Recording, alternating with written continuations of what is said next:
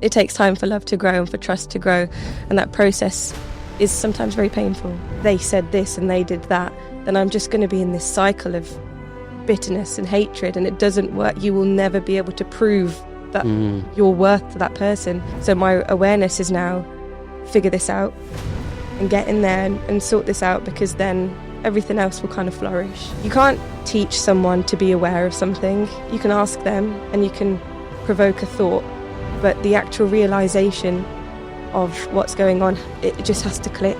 You can sit in your pain for the rest of your life and it just becomes little t trauma, and it just stays with you and you become lost in it. Or you can write songs and make art or express and be creative in it, and that's what I'm trying to lean into. You can't force clarity, but you can help it. You can evoke it slowly over time by sitting with yourself. So that's our whole ethos, is women should just be pain-free, full stop. We'll make it as accessible as we can for people.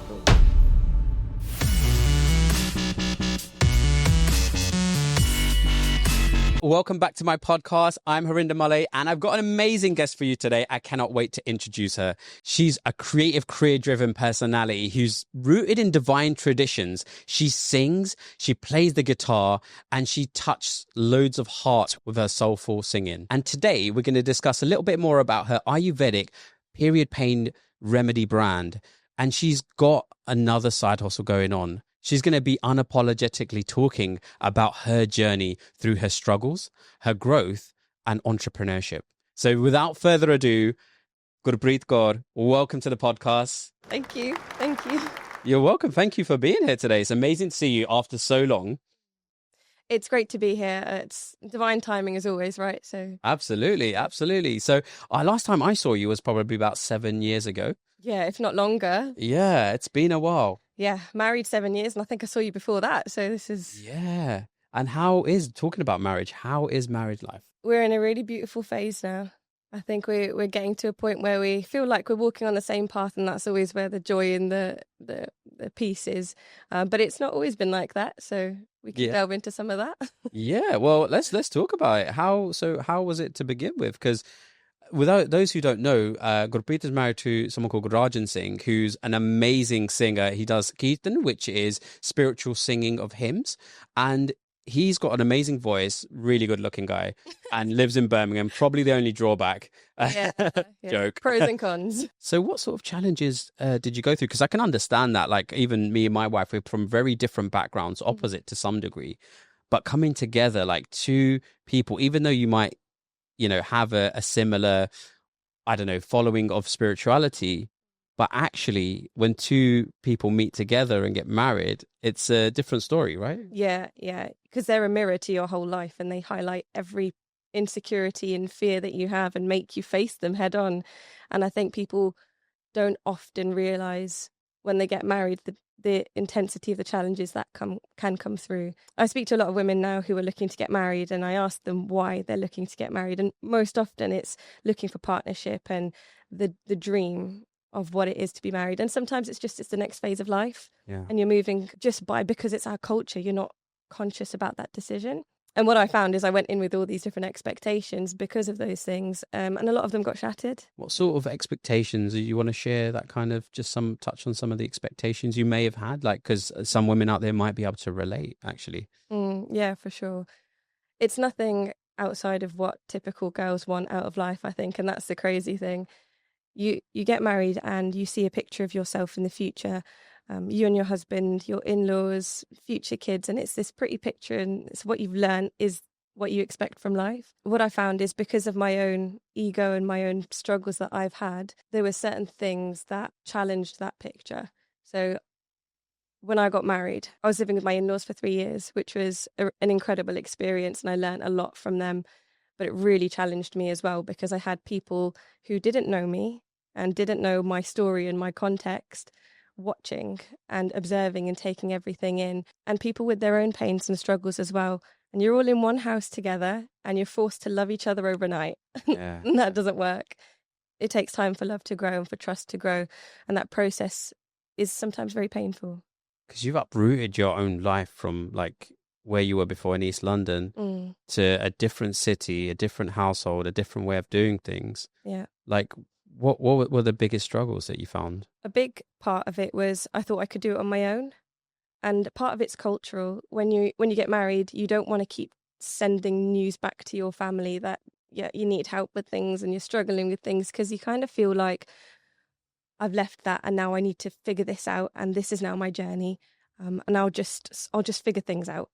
But over time, it's like death by pokes, Yeah. being pinched to death almost. And Wow. I never realized the toll it had taken on me until quite far into it, when I looked back and I was like, I don't recognize myself anymore. Yeah. It's crazy. So did you change to these kind of digs or these pokes that you were getting? Are they just naturally from sort of in-laws? And because it's quite normal, like in terms of like my missus come to my house, her mum's taught her differently or done things very differently Yeah. to how we've done things. Yeah. And my mum's like, why is she not doing this? Why is she not doing that? Which is kind of normal, but at the same time, like, be a bit compassionate because you were in the same situation like 30, 40, 50 years ago. But it's crazy to see how it's like that expectation's still there. Is it? Would you say it's a similar kind of? Totally, yeah. And for you, there'll be certain things that your parents would have said, like your mom, the way that she would speak, that's okay and you're used to it. And it doesn't mean much because that's just the relationship is built. But for someone new coming in and experiencing that, it's completely different, because this person, I need to have proof that they like me first and that they love me first. And if you straight away go into that space and you're critiqued or you're observed, I think it's really hard to trust and love those people. Yeah, you're almost on the defense by the sounds of it. Straight away, yeah. And then you're not presenting your best self. And it's this cycle of like, oh, well, actually, you're going to get critiqued more if you're not. Yeah. The goodness of you isn't showing. Yeah, it's almost starting off on the wrong foot, isn't it? Like, yeah, one of my learnings was throughout that whole process, I had a very weak understanding of my ego. And I thought I knew myself and what my virtues and my qualities were that I could bring to the world. But when they were questioned, they retreated really quickly out of fear. And yeah, so that process taught me, coming out of it, it taught me that there's way more layers to my being than I ever knew existed. And it was only when they were challenged and someone said, are you really kind? Are you actually really nice? Because I haven't experienced that side of you. That I was like, oh, okay, I need to. Did someone actually say that to you? Through actions. And because equally, if, like I said, if you haven't given yourself the opportunity to present the goodness in you, then why would they think anything better? And is it like when you talk about maybe, I think you mentioned like not spoken to in a certain way. So things such as like tone and being from a Punjabi background, obviously there's that slight, almost aggressive tone as well. Yeah. It can be quite abrupt. Yeah. There's those who know. That's a really good point. And it was another thing I'd underestimated, because I come from a really Western family. We grew up Sikh and had that tradition in our family, but we listened to music, we went to concerts, we had a very English way of living, still kept our traditions, but it was different. Like we spoke English at home, that kind of stuff. And then I got married into a family that was very cultural, and like the other side of that, and it had so much beauty in it and things I'd never experienced before. Like we got to speak Punjabi all day, and I learned the foods a lot better. I learned how to cook in the style, and there was amazing things that I got to experience. But yeah, everything has different colors and different sides to it, and there was things that I'd never seen before. Volume of speaking. Yeah, oh, really? I was not used to this. Well, like just constant talking and like gup shop and like kind of like banter and it's just different styles of families and culture. And yeah, it's small things that you just they make you uncomfortable because it's just not what you're used to. Yeah, and so they're obviously from a different sort of cultural background, should we say? Yeah. Like how was that then? Like, I mean, let's dive into that a bit more. Yeah, we can dive into that. So I come from a background which is it has certain connotations, different backgrounds do, and my family as well. Our way of living was quite quiet, reserved. We had fun and we grew up really joyful, but there was no shouting in my house. No one ever shouted.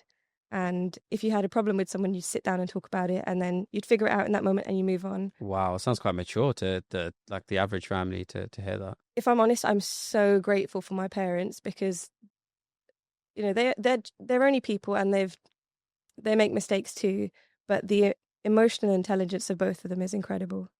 And I think that's a key term. Yeah. Like even we'll talk about this in a moment, but even like jobs and life and family, like emotional intelligence. Like, Yeah. do you want to touch on that? Yeah, I can. Yeah. My mum has always been my best friend growing up. Wow. I used to write diaries and I'd make her read every page because I just wanted her to know every part of me. Like it was a thing that we had, and we've always managed to nurture that and maintain that kind of relationship. And she taught me a lot around how to build connections with people and how to respect and love people to the best of your ability. She's known in my family and my friends. Everyone's always wanted her as their mum because she's just so kind and loving. And my dad as well is such a giving, kind person. And so, yeah, you grow up with certain things that you see in the world, and those were their really good qualities. But they were just also quite quiet, and they don't shout, and they believe in communication is really big. And yeah, I got married into a family that was a little bit louder than I was used to. Nothing wrong with it, just a different type of family. But it's when you're not used to that and you've grown up in a different environment, like I was saying, it's a shock to you. And little things play into the discomfort that you feel. So things like volume, having lots of things playing at the same time. I also came from a family that had lots of family over all the time, really social. And Rajan's family is a little bit less. They slightly smaller in terms of their circle and social activity. And so I missed that too. That was a big part of my life. How did that affect you when you were in marriage at that point? I think I started to feel quite isolated. I was used to seeing people every day coming over. My grandma calls our house Piccadilly Circus. I don't know why, it's not even that busy. It's a train station, but she has this thing. And I missed people coming over to sing together and to eat together. And friends just can stay whenever they want. There's no questions, no issues. It's an open house feeling. And that's what I'm trying to nurture in my own house now. But for a little while, I didn't get that. And that was hard. It seems like such a, like, almost like the opposite ends of the spectrum, like that you've literally then had to switch overnight into a family who are just different to yours. Yeah. And you're having to like, how are you dealing with this? How are you coping through this? Because you're isolated, you're alienated. You're like, this is like not like probably like, it doesn't feel like home because it's not what you're used to. Like, how did you cope? How did you get through this? Not very well. I think it's probably the honest answer. I didn't have the right people around me to remind me of my good qualities enough as well. And because of that, I feel like I lost some of them and I had to build them up again and remind myself of what is inside. It took me a few years to realise that it wasn't the right situation for me and we needed to change something. It took a little while for us to figure that out. And then we decided, this is great, let's get some space and maybe the relationship will get a bit better. And we're still trying to get that balance right, to be honest, but it's much healthier than it used to be. I think it's really key because I think you'll be surprised at how many people are going through that because it's so normal. And I think this is the problem we have in our community. True. We do not talk about it enough. And that previous generation, as lovely as they are and as many sacrifices as they've done to come to this country and start off, have a job, build a house, get us educated, there's still like this lack of communication that kind of doesn't get passed on to us, or like they don't inherit that. One of the reasons I think we don't talk about it is because, like I mentioned, culturally, you go, this needs to stay in the house. And actually, I don't want to go out and talk about them because I don't do that. I don't talk about people. And I think I had that battle for a long time of, I didn't want to be gossiping, but I think there's a difference when you need to process and talk things through versus gossiping, because what's your intention? I think that's the key bit. Like, why am I saying what I'm saying? Mm-hmm. And if it's because I've got pain in me and someone's hurt me and I need to talk this through and have someone help guide my thoughts. It's almost like that counselling, that therapy, isn't it? Just, yeah. There's nothing to be ashamed of in that as well. Totally. And it can be so gentle. It can just be a friendship conversation. You're just meeting and you chat and you deal with things small as they come along. It's not like a massive issue where it's gone so far that you've broken down. Mm-hmm. And I didn't have that outlet. I think I struggled to convince myself that it was okay to talk about things. So I bottled a lot up. And then that just causes bitterness over time. What else, if you don't mind me asking, like what was like specifically going through your head, like honestly speaking, like what was like the thoughts, like I'm guessing you'd go to work and like you'd come home and like just be like, I don't want to be here, or like, not trying to put words in your mouth, but like what was you going through, like specifically? Would you like to share? I had a lot of optimism initially that things would settle down and work out. So I would often come back. And it's not just to do with my in-laws and that situation. This is my whole life was just this at this point. When I got married, I wasn't working for about 6 or 7 months. So my circle of things in my life was just this house. And I wasn't really doing anything or going out or doing much. It was just at home. And that's not healthy for anybody. So I was kind of asking for trouble in some ways. But when I started working, I got a sense of independence back. I started remembering that, oh, actually, some people do get along with me and I have some things that I can offer in the world. And I could remind myself of that, which was great. But I would often come back and how am I going to make this work? Because I was really determined still. I really wanted it to work. I'd grown up in a house with my grandparents and I'd seen how it could be. So I was constantly comparing it to that, thinking, oh, maybe if I just do this, if I try a little bit harder doing this thing. But everyone's pain is their own. And when we judge someone, it's because of our own problems. And I think that's something I didn't understand at the time. I just wanted to convince them that I was good. Yeah. And it's I couldn't. Just at the front of it, just the facade of like, no, everything's fine, it's okay, all good. But inside, it's Yeah. And you're going 100 miles an hour trying to prove. No, I can do this. I am the daughter-in-law you want. I am the wife that you want, or the sister-in-law, the friend, whatever the relationship was. Like, I can do it. It is there. And it just doesn't work. You can't prove that to someone. They can see it, isn't it? And it's like, there's so much pressure. Yeah. It feels like just there's so much pressure. What do you think you could have maybe done differently at that point? Yeah, it's an interesting question because you can only do what you can do with the experiences, knowledge, life skills that you've learned. And at that time, that was the best that I could do. You know, that if I could have done better, I would have, right? It was within the capacity of my ability. But if I was thinking of a brand new Gurpreet who was looking to get married, part of me thinks I needed that pain to realise what I've realised. So I don't know, what can you tell someone? They have to feel it themselves. And so that's interesting though. But what would you say you've realised out of that then? Is it you've come to more of a solution, or you're in a better place? It's more of an awareness. And because of that, I'm in a slightly better place. I think I've become aware that all my problems with anybody in the world are in my head. And I need to figure that out. And if I start going, no, I don't like that person because they said this and they did that, then I'm just going to be in this cycle of bitterness and hatred. And it doesn't work. You will never be able to prove that you're worth to that person. So my awareness is now figure this out and get in there and sort this out, because then everything else will kind of flourish. Is this what inspired the new TikTok reels and stuff that you've been doing recently? Because I've been seeing some amazing content from you, which are really like inspiring and honest and unapologetic and open. And so is that how it started? Yes. Like I said, I went through a few years where things are really difficult. I lost myself in the process. I came out at the other side and I went, oh my God, I'm a mess. I need to slow down and just spend some time with myself. So it's coming up to 4 years now since I started that process. And the first year was rest and recovery, to be honest. Just spend some time and get in touch with my mind and my body again and feel present. And it's taken a bit of time since then. And now I'm at a stage where I'm looking back and I can see all the things that went wrong and why they kind of went wrong. And I know that it was this that messed it up. So now I just want to share that, because you can't teach someone to be aware of something. You can ask them and you can provoke a thought, but the actual realization of what's going on, it just has to click. You can be told 100 times, oh, you got an ego. And that what does that mean? Is it? Yeah. What does that mean? What? Where? Exactly. Yeah. Is it with us now?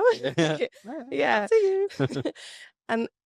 And that's always tricky, because our inclination as humans is to just teach someone when you've learned something, is go, oh no, I burnt my hand on that, don't touch it.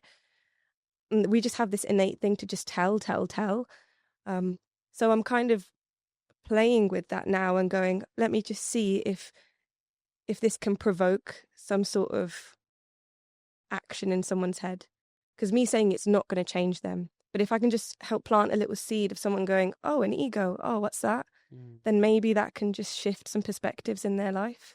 And how's that helped you whilst you've been like doing these amazing videos? I've been seeing you document your journey on the train and after work, and it's really cool. I like the style that you've chosen to go with. Like, how's it been? Has it been like a bit of a therapy, or how? It's been nice to be able to share, because it's been a few years that I've had some of these realizations and thoughts. And again, it comes back to, I don't want to share too much until I don't want it to come across a certain way, like I'm preaching or something, because I'm not about that. I've got so much to learn, and I'm quite honest in my videos that there's so much I'm still working through, like everyone. But sharing it's been beautiful, and seeing people's responses and seeing, oh, I really resonated with this thing, and I've been thinking about this for days and I wasn't sure, and now this has helped. It's making me feel like this is that golden thread through it all. This is something now I can share that can bring some value into the world, because otherwise, pain can be such a beautiful thing, and it's what you make it. You can sit in your pain for the rest of your life and it just becomes little t trauma, and it just stays with you and you become lost in it. Or you can write songs and make art or express and be creative in it. And that's what I'm trying to lean into. Is I had a lot of pain, but it can be beautiful, and I'm going to share. Yeah. We'll see what it becomes. I think it's amazing. There's one particular video I liked. It was quite funny, but it was real as well, because it's such a common problem. And I think it was something like you were trying to cook some dinner for some friends or something, and then you're like, oh, I don't know if it's going to come out okay. I don't know if I'm going to even manage to do it. Yeah. And probably it sounds silly, but it's such a common thing that maybe most women will go through. It's like I thought that was really interesting, and they're the kind of levels you're talking about in terms of just brutally honest and authentic about who you are and what's going through your mind, right? Yeah, 100%. That was one of my first penny drop moments in life with my ego. Was, oh my God, it's really subtle how this thing works and how it's controlling me and making me fearful and upset and sensitive. And it comes back to some of the things we were just talking about when you get married and you want to prove you can cook. Like, that's a big thing. You go into a household where people have been cooking for 20, 30, 40 years, and you're this 20-year-old, 25-year-old, whatever it is when you get married, who I personally, and I think a lot of women, we're not brought up cooking a lot anymore. It's not really part of our culture. Little bits here and there. I can make a few things, but it's not like you're not an expert. So when you get married and you go into that, like, you are threatened straight away. You're like, oh my God, they can see that I am not a good cook. But in our mind, it doesn't even translate like that. It goes, they're being mean to me. They don't see I'm worth this. But when you sit with it, it's actually just you're feeling threatened by it, because that sense of identity of being something is going, I'm in threat right now. Something's attacking me. And coupled with the fact of the tone and tonality of that particular culture that they go through, like they are. Yeah, double whammy. Yeah, fully. But so, and again, that's in me. They could have said anything, but if you've got that insecurity and that identity layer, it's how you interpret things in the world. So that video was a later example of the same thing happening, but in a different situation. Is I'm out with friends and I'm making them dinner, and I'm going really fast because I want to make sure I do it on time, because in my head, one of my identity layers is I can cook really fast. Now I've done that and I've proved that. And when that doesn't go to plan and you start stressing and you get the anxiety and the fear, what is that? That's, I can't prove this identity. And that moment clicked. It was actually Rajan that helped me realize it. And he always says, you didn't mention me in that video. Like, all right. Yeah. Big shout out to Rajan. Yeah. Amazing Keith, and he's a really lovely guy. We might try and get him in later to just have a quick hello. Good idea. But if you guys please follow Gurpreet Kaur on her Instagrams below. We're going to put all the links in the description below. So do please follow her and check out her content. It's amazing. It's really authentic in what she's going through. So please give her a like and a follow, and maybe some feedback if you want. If you want any questions, you can feel free to ask Gurpreet as well. Yeah, sure. And so aside from like TikTok and like Instagram and doing the reels, that sounds like it's been like a little, not even a side hustle, but it seems like you're kind of exploring in creativity and being. Is there a business model behind that, or is it just kind of purely just to like share your experiences? My natural inclination is to plan and have milestones in place, and I know what I'm going to head, and that's where I'm heading. That's my objectives. With this one, I just went, let go and just share and just see what happens. which was really alien to me. And sometimes I have these moments of going, oh, but where's it leading? Like, what's it going to be? Am I going to start doing this? And then I just go, be quiet, just open your heart, and whatever comes, which I'm now enjoying. It's a bit like this podcast, to be honest. It's the same sort of vibe that we're working on as well, and it's just sharing stories of lives of normal people who are doing actually extraordinary things that people don't realize, and that's why we wanted to share it today. And we'll talk about it a bit more later, some of the amazing products that you've just designed and come out with. So Gurpreet, like, you sing amazing kirtan and play the guitar, and for those of our listeners and viewers that don't know, it's we could say it's like devotional music of the Sikh tradition. And you sing that with your husband, so you regularly at programs and events. Yeah. And so, I mean, that's a beautiful thing, and I've heard your kirtan quite regularly, and it's amazing. I love it because it's the guitar, and then you've got Rajan's voice and your voice. You harmonize really well together. How did that act as maybe a therapy for what you're going through whilst living at home, or how did that feel? A little bit of the opposite, if I'm honest. I had moments of connection, and singing is a beautiful way to express yourself, but your relationship with something is more important than the action itself, right? So how I feel about singing is more important than me actually singing. And when you marry a musician who is incredibly talented, again, your ego's threatened. So I used to It's think, interesting. yeah, and people wouldn't think this, right? And this is because you wouldn't have thought that when maybe your brother was playing alongside you beforehand, and so that would have been a different dynamic, right? You wouldn't be like, it was comfortable, and we had our roles. So I've been singing since I can remember. My mum sings; she taught me guitar. My dad plays guitar. Wow. Grew up playing piano, drums, everything. It was a musical house. Oh, that's an amazing family. It was a beautiful. We used to sing on Christmas. Like, everything was musical, every event. And then when I came into this path a bit more, I started singing devotional music, and I really connected to that. And then when I was going to get married, I met someone, like we said, who also sang, but was technically miles ahead of me, like incredibly talented. And I was like, oh my God, I'm not that good. Like, I've got so much to learn. And I didn't take it in a positive way. I took, because you wouldn't have seen that on the other side. Like, from our side, it's just actually harmonized perfectly. Like, Rajan, he's got a beautiful voice as well. Like you said, extremely talented, plays a Vajra. Like, he can just memorize kirtan just off like that. And you've come in like nice, kind of like an added layer, but equally in our eyes, or from my eyes anyway, seeing that. But actually, the story's different behind the scenes, and so and it goes through phases. Right, I've always loved singing with him, and we enjoy exploring music together, creating things, and at home jamming when we can. But yeah, there's definitely been many points where I've just not wanted to sing because I've just gone, he's just so much better than me. Like, why am I even trying? Wow. And that was for a long time, up and down, especially early on. So did that affect your, like, when you were singing your kirtan? Like, was it affecting how? Yeah, my voice closed up, I think, and I'm processing it now, and it's starting to open up again. But people around me who are close to me noticed it as well. And interesting, like a few days ago, one of my friends said, you sang this, and I heard you sing it about 4 years ago, and when you sang it now, it's completely different. Your voice was open. He's like, I noticed it. And I was like, stop watching me. Yeah. But yeah. Stalker. Yeah, a little bit. But no, those are your friends, right? They're the ones that see it, and they can track those changes. And I think the fear and the stress of wanting to be good enough was really strong, and so my voice closed up. Wow. And at the same time of also not feeling like I could speak out and share in my life. So I was going to say, did you maybe not have this discussion with Rajan at the time, or what did you talk about this, sort of how you felt? I probably didn't approach it head on.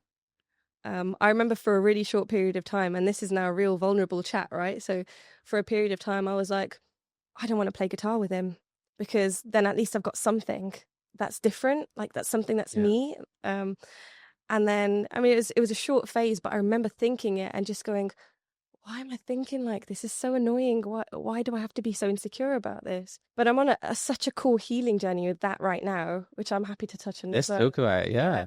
So we had a really cool thing happen where people have approached us about recording some songs and hymns and stuff in the past, but it's never felt right. So like studio quality type recording. Yeah, get some tracks made. And we've always said no. And then someone approached us recently and we both just went, I think it's the right time. It feels like the right guy as well. Let's go with it. And it's been incredibly therapeutic. So you've actually been recording at the moment? Yeah. Oh, so that's in the pipeline as well? Yeah. That's insane. Yeah. So you've got that going on in the background where you've been recording the Geethan Yeah. and spiritual music. And then you've got like the like authentic TikToks that you've been doing in terms of your life, your journey. And then we'll talk about the next thing you're doing on top of the career-driven woman that you are, like the kind of work that you're doing. It's like, it's amazing. Like you're doing so well. Thank you. From the outside, that's what it sees. And this is why it's an interesting conversation, because actually what you see on the outside is not necessarily what's going on the inside, right? And that's what it's very important, isn't it? Yeah. Right now it feels like this phase it's quite joyful, it's expressive, it's creative, and I'm loving that and leaning into it. It's a really beautiful phase of life. But it goes like this, right? And it's cycles of things. So we'll see where I am in a little while. But yeah, definitely right now, recording that's been amazing, and having to listen to my voice crystal clear back on a recording, and you're like, oh, actually, that's nice. Yeah. And I'm really grateful to be able to do that. Yeah. It's almost like a gift of having that's like a nice voice, actually. And if you see it in a way of a gift as opposed to maybe I'm a great singer. Yes. Like it's a different energy, isn't it? What a beautiful thing to be able to give, to be able to sing like that. And I can't take credit for it. I didn't make this voice. I didn't design my voice box. Like if I started going, I'm such a good singer, it's like that makes no sense. Yeah, exactly. But I do see it and I go, I'm actually really grateful to be able to make that track because it's nice. Yeah, so it was that whole healing of being able to sing, because I also singing was a big part of my life all through my childhood, like I said, and writing music and making songs, and now I'm being able to do that again. It's just I'm nurturing that part of me. It sounds like a beautiful journey that you're at the moment. Like you did mention that, but that sounds like it's a really beautiful place that you're in compared to sort of what you went through, the experiences of getting married. And that's no fault of anyone's except for actually just taking a step back and realizing this is kind of my ego that's taking charge here. Yeah.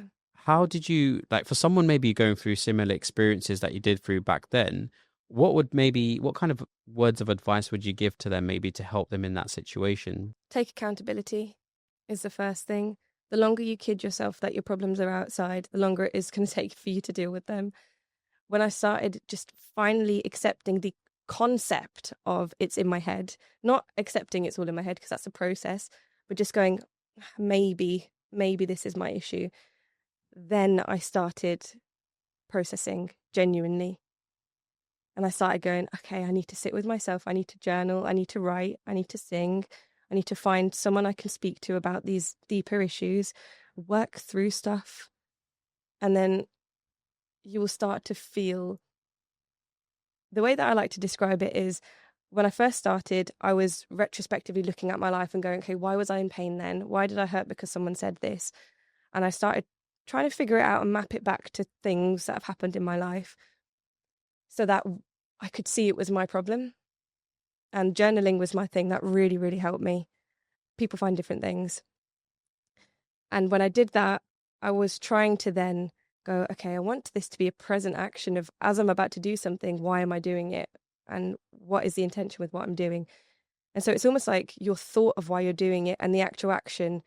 Right now it was, okay, I'm thinking about it after the action, but I wanted to switch it. I wanted to be so conscious and have a really strong intention behind everything I did.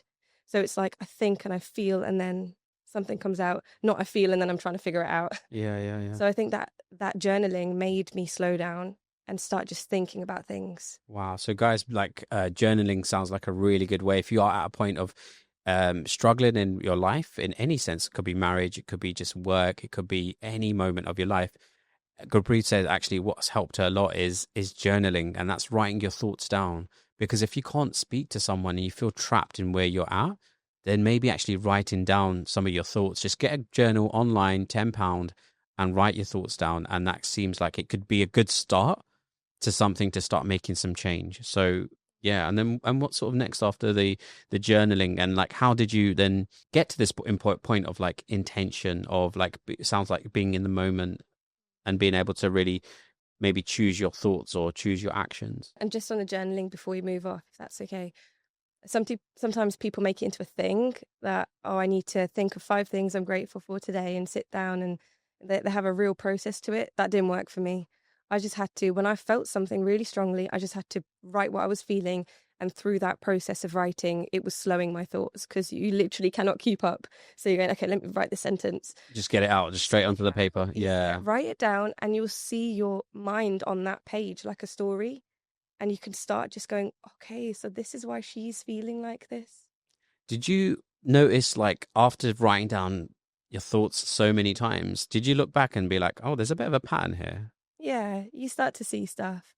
And I have my diaries from when I was 8 years old up until now. Wow. I kept them all. And I can see there's things that have just never changed, childlike things that have just stayed with me, and I have to work through and figure out. How has like Rajan taken to all this? Like, because he's amazing as well. But what we see on the outside, what's kind of maybe going deeper down in terms of like how he's taken to like you doing the TikToks and the Instagram reels, you running your own business, you being very driven in your career, which we're going to discuss in a moment.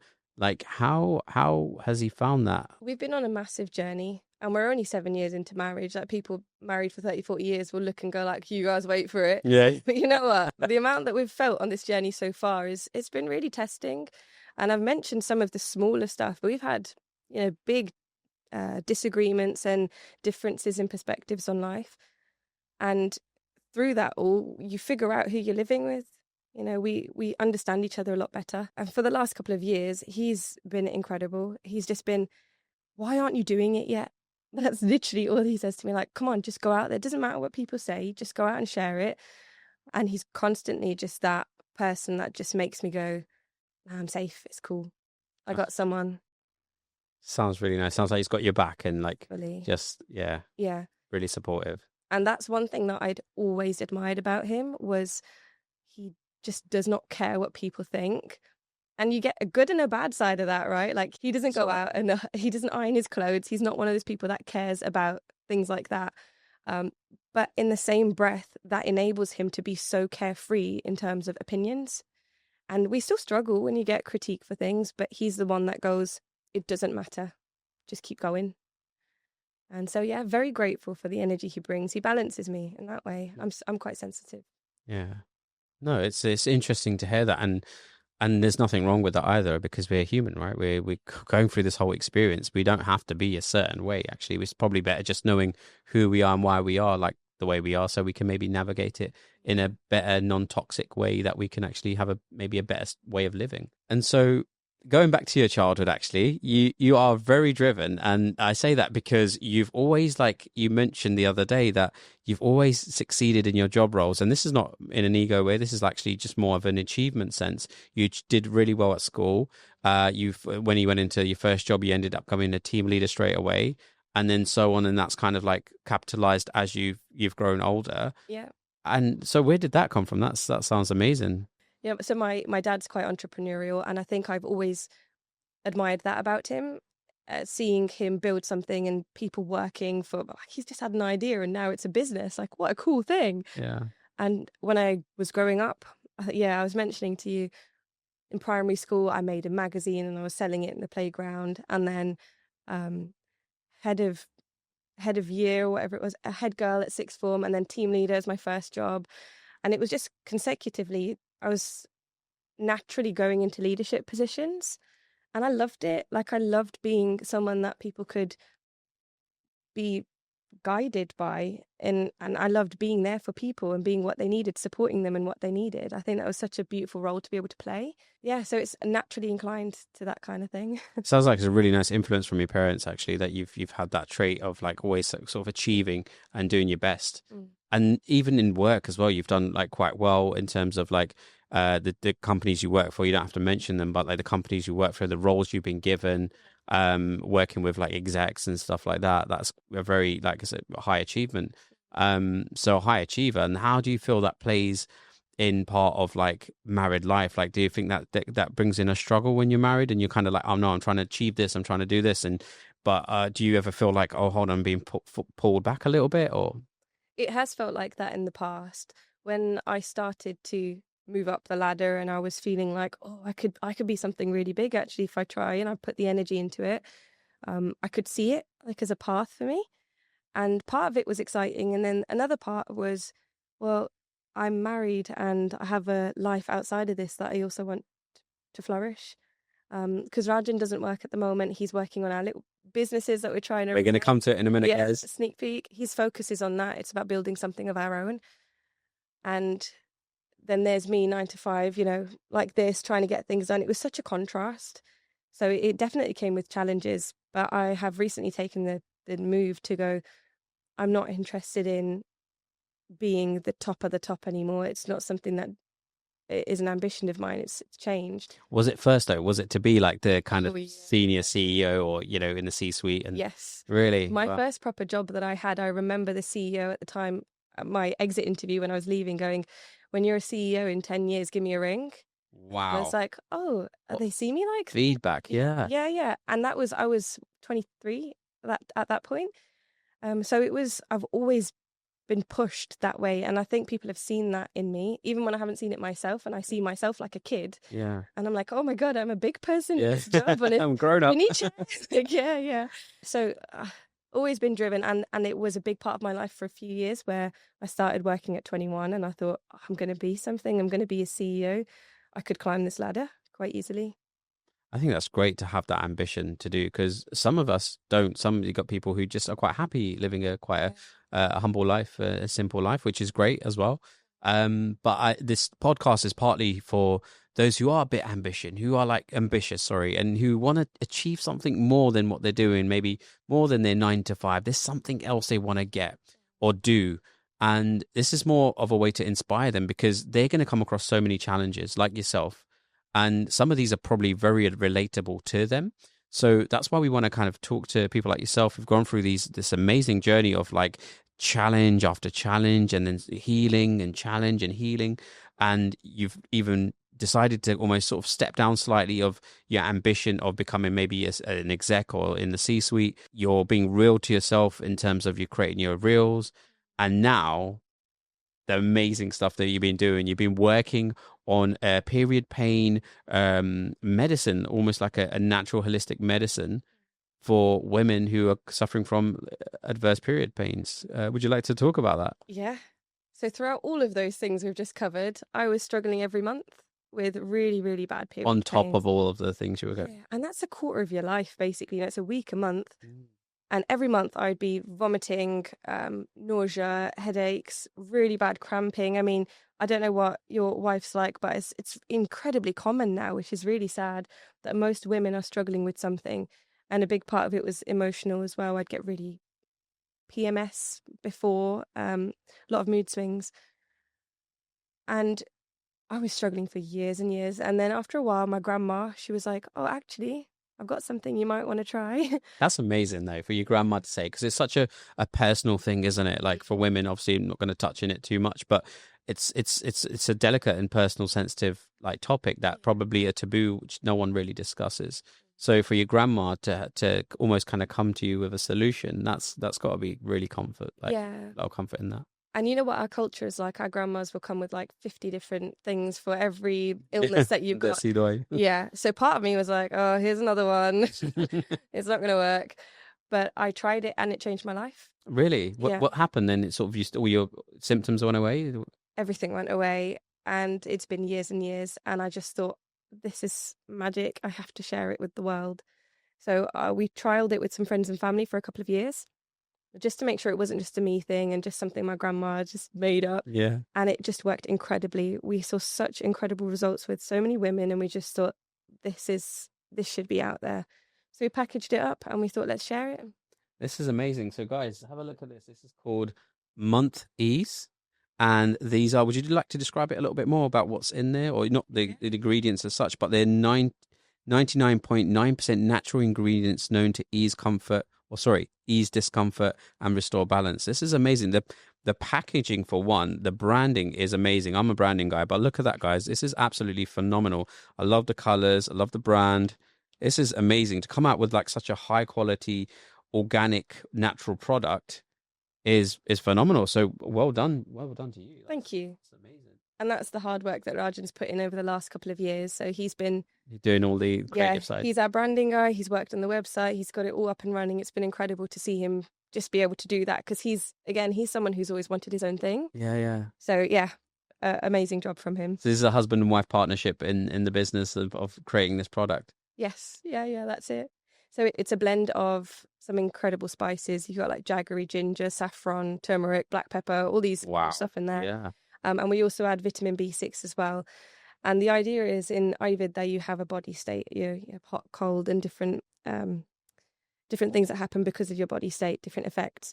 And this product is naturally quite warming. So a lot of the ingredients are warming. So it gives your body what it needs just before your period starts. So in the whole month, you'd only want 3 of these. Only 3? In the whole month, which is the best thing about it because I could never sustain anything. Yeah. 2 a day, I was like, no way. Wow. So 3 of them. And how many do you get in a pack? You get 7 in a pack. So that'll last you about 2 months. So we give you a spare one just in case. It's amazing. Look at this. It's cool. Can I open it up? Yeah. You can have it if you like. This, don't know. Might stop my period pain. Yes. Sure. My wife will tell you that. Amazing. This is lovely. So this would you just mix it in some hot water? Is it? So a lot of people just eat it because you could just chew it? You can literally just eat it like that. I prefer it as a hot drink, and a lot of women do. So you put it in hot water and dissolve it. And then you get the saffron taste and the jaggery, which is really nice and sweet. Ginger in there with a bit of a kick. It's got a really, really nice taste to it. So we have that, just 3 days before your period starts for 3 days in a row. And it's nice and gentle. You know, like I was mentioning before, we've seen similar products that are like 2 tablets a day for the rest of your life. And you're paying 40, 50 quid a day for these supplements. We're like, this is insane. Yeah. How are people exploiting women's pain like this? Yeah. Something so natural, so like human.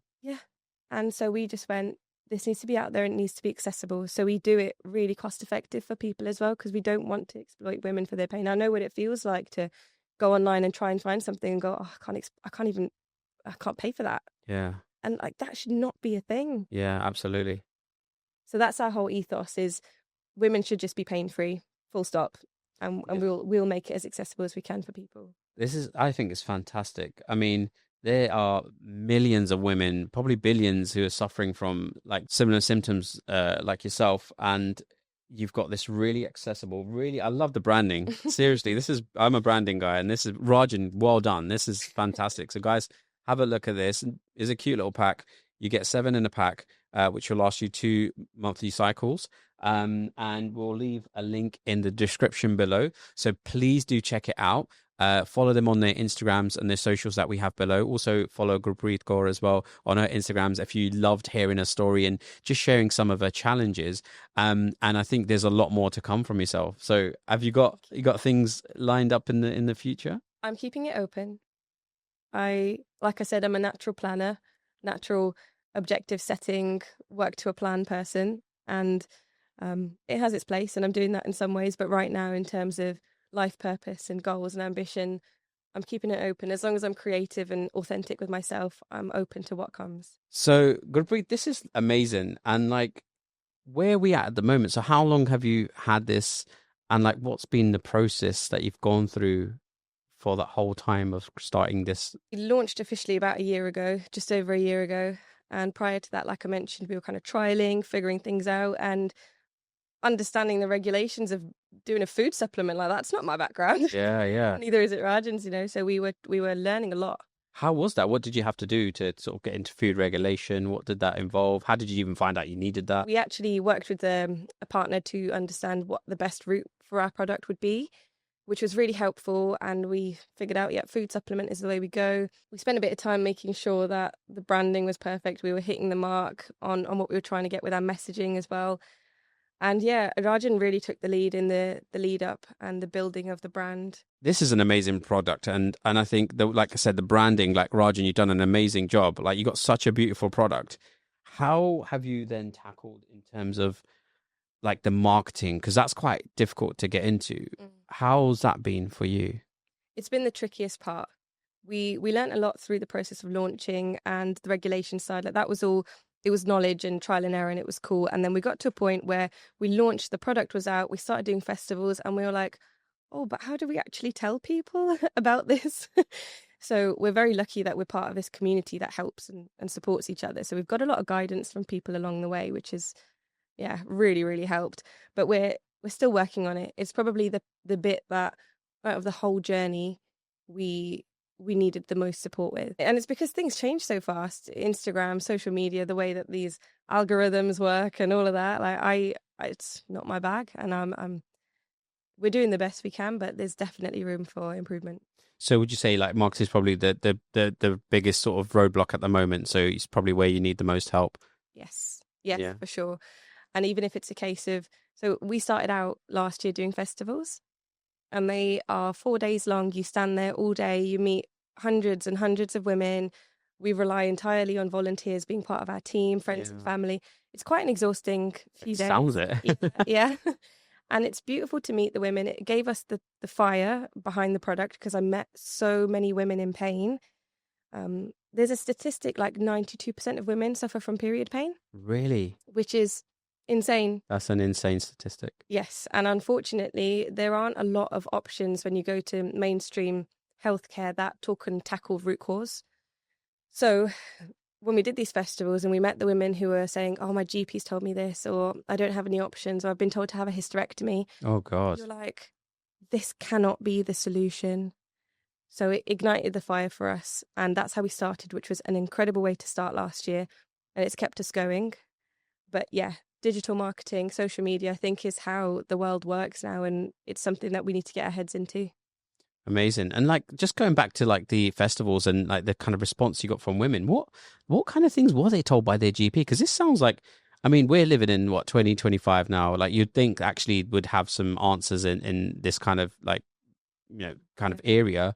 Like what were they being told by the GP? Part of our team, it includes some doctors. So we have doctors as part of Amazing. The group that go around with us, which is a real asset for us because they have been trained and told on what to say for periods through their education, right? And when we started, I asked them, I said, what are you told as your solutions to this? And they said, well, if you're a GP, you're likely to offer the contraceptive pill. For period pain. You're going to be on a waiting list to see if it's endometriosis, which could be sometimes 5, 10, 15 years waiting list to get that understood. Or depending on how severe your symptoms are, you're offered a hysterectomy, which is permanent. This is insane. Yeah, those are generally the 3 that we were told. Or you're told you'll grow out of it, or when you have kids, you'll be fine. I'd say there's 4. And so with all that pain that women go through and being told all these really crazy ideas of solutions, you've got this amazing little capsules that you can have. You can either chew them or you can put them in water. Very easy to do. Covers you for 2 months. And they're not even that expensive, are they? They're really affordable. How much are they the price for at the moment? It works out to £15 a month. £15 a month. And that's organically sourced ingredients. So the saffron in there, which is more expensive than gold, might I add. Yeah. And you've got jaggery ginger, all these incredible things, plus the vitamin B6. And yeah. That's fantastic. I might have to try one, guys. You're welcome to. Maybe not on camera. But I think we're going to put, like I said, we're going to put the links below. Please do check out Gurpreet's work. MonthEase, it's called. We're going to have the link below. Rajan and Gurpreet have just done amazing on this. I think it's such a great solution for the women out there. For hearing the crazy things that you hear from GPs, there's an organic, holistic, natural product out there for us. And it's amazing how nature's already got these kind of solutions for us, but we're either, it's not been packaged before or it's not been accessible. Yeah. So I think really well done to you and Rajan for doing this. And I wish you the very best with it. Can I just add on the point around what women say as well? Some of these festivals that we go to, the first one we did was probably the most people that we met. It was, hundreds and hundreds of women. We met people in their 30s who had been told when they were 11 or 12 to go on the pill. As young as that. And now they're trying to come off of it. And it's just messed their bodies up so much that now to try and hormonal regulate. imbalance. Exactly, yeah. And then the next person would come and it's an 11-year-old girl who's going to the GP to ask about period pains. And you're just going, I'm seeing this cycle in front of my eyes. Like, just try it. And that's what we're trying to say to people is, fine, if it doesn't work, you're out 15 quid. But what could it save you? How does it make you feel when you're hearing these like stories of like 11-year-olds going to the GP, going through all of this? Like, it's shocking. And I understand that the way that our systems work and people are trained at the moment, they're not enabled to give better advice, and they're not educated in certain things like Ayurveda and holistic medicine and all this. Like, I understand. So I don't blame anyone, but I do think it's very disappointing that we're at this point. You know, you say we're 2025, we've been doing this for centuries. Yeah. And it's like, why have we not caught up yet? And at least offering something like this. Yeah. So fairly passionate about it. No, I think it's a great product, and it's a great initiative as well. And the doubling up with the fact that it's with your husband who's doing this amazing marketing as well. Both of you, like a power team, like I said, I know it sort of looks from the external, but it sounds like it's going really well. And you know, I hope that it carries on, that you've got this amazing partnership in terms of business. You've got a great product. You've got the Kirtan that you still do as well. You've been recording. You've kind of realized your kind of job aspirations as well in terms of how far you want to go with that. And now you're starting to sort of heal on the journey of like relationships by the sounds of it. So it sounds amazing. Yeah, it's painful, but it's great. You know, it's the journey of, it's such an overused word, but the journey of healing, right? It's you've gone through some stuff, and now you're coming out the other side. You've realized some things. You're still in the process. You're not out of the dark in any way, but there's beauty in it now, and you can see that. And I'm getting to enjoy that with my partner, which is amazing. And how have you worked and collaborated together? Like, how has that been, that journey, specifically on the business side of things? Because you said with like when you're doing the singing, it was a bit of a like, a bit of an ego challenge of like, oh my God, I'm singing with this amazing singer. But how has it been in terms of business for this particular product? For business, we're very different as well. So we complement each other and challenge each other in a lot of ways. Like, I'm a lot more open to risk. He's very risk adverse. So when we were going to do the festivals, they're not cheap to do these things. They're quite big investments. And I remember we both said, like, we don't really have the funds for this. And I was like, let's just do it. Yeah. And he's the like, spontaneous one. Yeah. And he's like, yeah, but you know, I need to get a job, or I need to start saving. And I'm like, yeah, we'll figure it out. Let's just sign us up. We'll do it. And you have to have both energies, because if one is there just constantly taking risks all the time and putting all the money out, you will lose things as well. So we pull each other back, which is really, really useful. And we have very different work ethics in terms of, I'm a planner, like I said. I like to do things in advance and make sure I tick things off and feel like I'm progressing. He is last minute stress. He needs the pressure. He wants to stay up all night and get it done. Yeah, not me. But it's been interesting working together to see those sides of each other as well. How have you managed through that? Initially, it was really hard because you measure someone by the way that you live. And so when I see him not preparing and not planning, I'm like, but then he's going to fail. It must mean this, because I would fail. But actually, that works for him. Yeah. But it took me ages to figure that out. And there was a long time of me getting frustrated and being difficult and going, why aren't you doing it how I would do it? But in the end, like, we got to a point now where I try not to. I mean, we'll fall still, and I still get moments where I'm like, I really wish he was just a bit more proactive about this. But everyone's got their colours, and that's his. So I try and let him do his thing. And equally, he gets me a bit better, and he'll let me plan and do things in advance and bug him a little bit, because that's my job. yeah, absolutely, as every wife. I think it sounds wonderful. It sounds like how you've almost managed to kind of find each other's strengths and maybe weaknesses, and almost kind of just like allow them to have that, and you kind of maybe distance yourself when you need to, but then come together when you need to as well. Like, does that sound like kind of what's like going on? Yeah, pretty much. And that makes it sound really like rose tinted of it all. It's really hard to work together in a business, and he's been doing it for a couple of years now. And we both know it could be further ahead if I had done things different, or if he had done things different. And so, yeah, it's difficult to have such a big responsibility you're sharing together.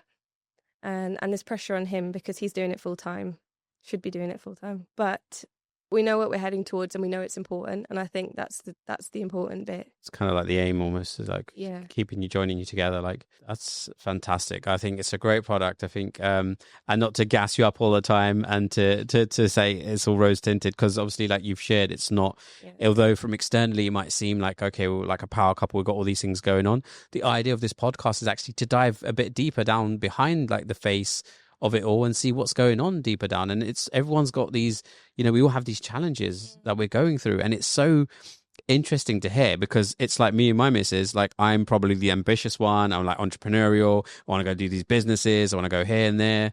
And she's like happy with maybe 9 to 5, although she wants to do other things as well. Like she's quite happy and just like content in like, yeah, just 9 to 5, we keep a simple life, which I thought I wanted first. But I think being married realized the other side of me that I'm like, no, I want to achieve this. I want to do this. Yeah.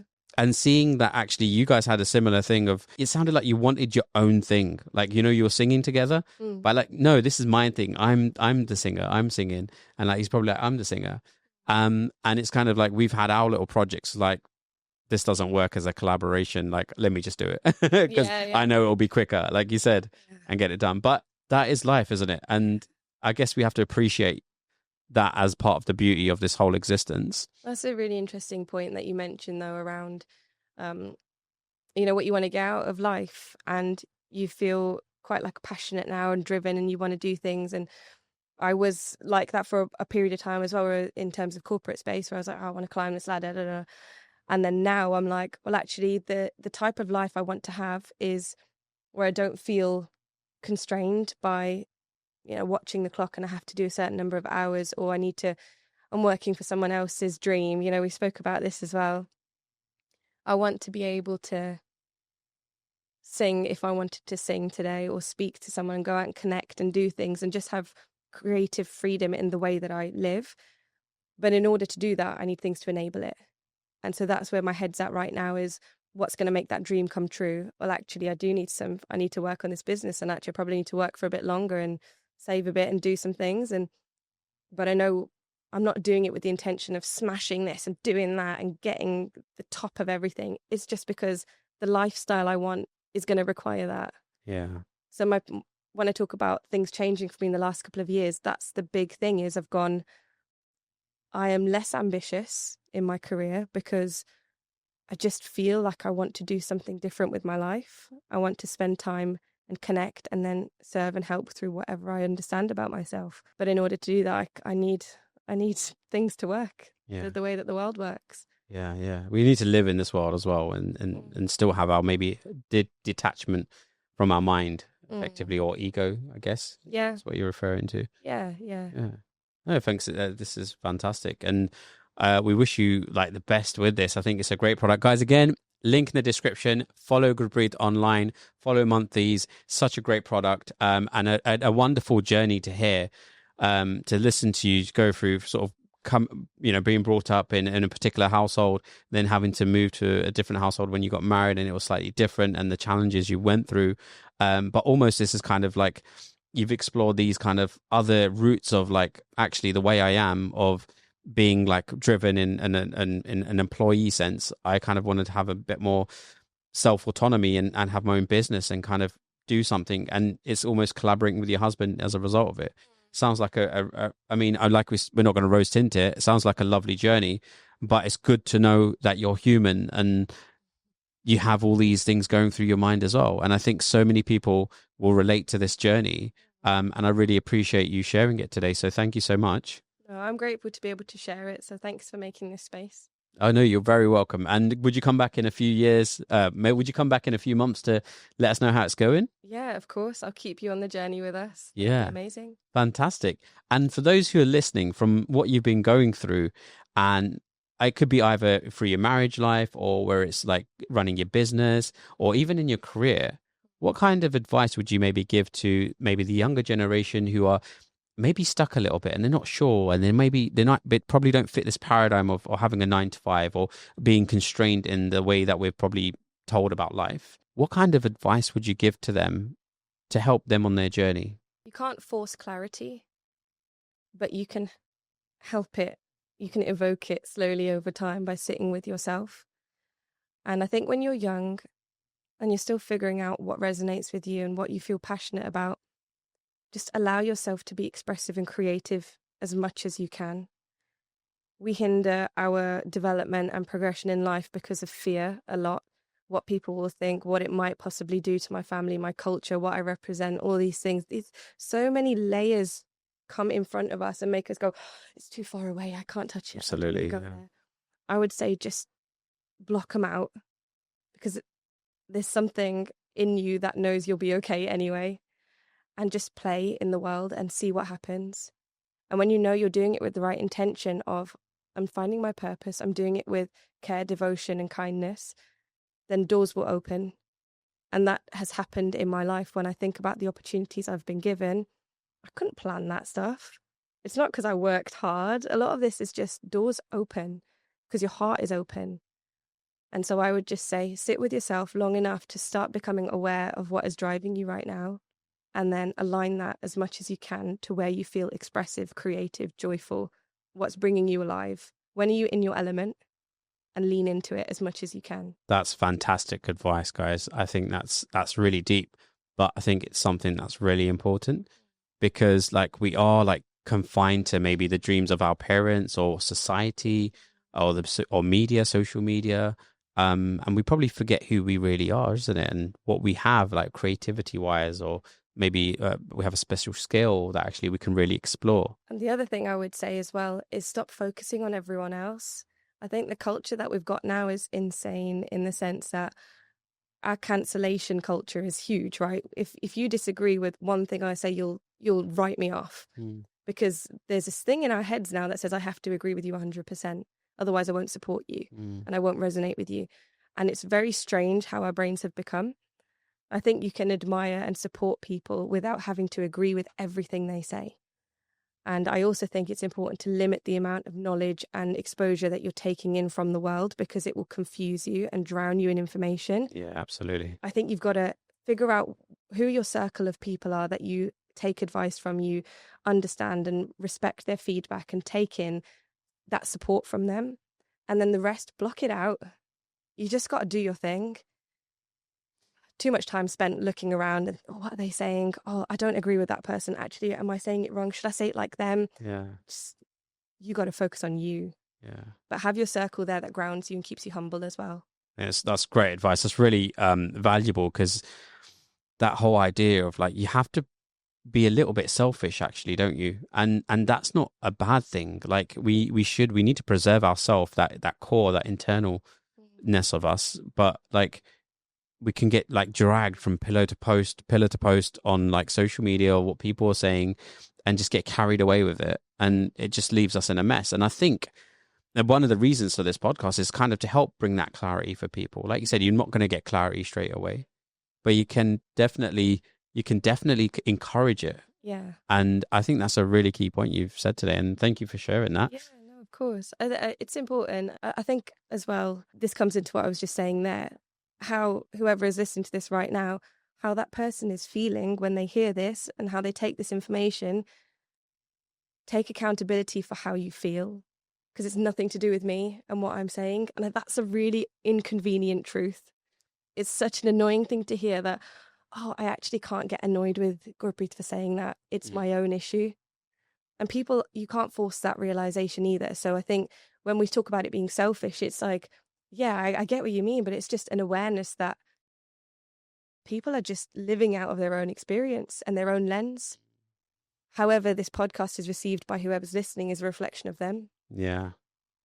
You can disagree with it, but not get angry. You can disagree with it and not feel like you need to comment evil things. Yeah. Which is probably, we probably will get some of that. I hope not, but it is what it is, guys. I mean, we're here to do our thing, and that's what both yourself and we're kind of going down that path of trying to work on what we want to really work on, what that drive is, what that passion is really. Yeah. And you see like you said, the doors open up. I think I could relate to that so much, because that's what's been going on with this journey as well.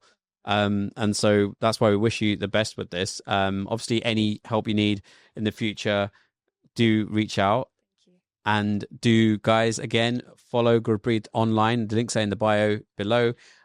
Check out MonthEase, such a great product. Tell your friends and family. Let's share this goodness, because this is like not a selfish product. This is something that could help so many women out there through period pain that guys don't even know about. Half guys don't even know what period is. And it's a shame. But the women who are suffering, and they're suffering in silence, they need to know about this, and they need this kind of help. So guys, share this with whoever you can, whoever you want, because it could make their life better. And that will help Gurpreet carry on doing this as a dream. Like, and then your dream is, you could have been someone in a C-suite. You was told you could have been an exec in 10 years, but you've decided to, like, actually, you're still working hard. It doesn't mean to say you're not, but you are devoting some time to a purposeful and meaningful business that's ethical and has great connotations, I feel. So Yeah. Well done. Thank you. And I'm, again, talking about doors opening, I'm grateful that my current role is allowing me to do this. Like, what an amazing company and space that I work in that is giving me time and energy to be able to put it into this. So that's got to be a supportive employer. So yeah, amazing. Yeah, they're good. Amazing, guys. Well, thank you, Gurpreet, so much for joining us today. I hope you enjoyed the journey that we went through with Gurpreet in terms of finding out about her challenges of married life and business struggles, and actually how she got through it and is getting through it. And it's not to say that she's completely nailed it yet, because that's the honest journey of an entrepreneur. And so we want to say thank you so much to Gurpreet.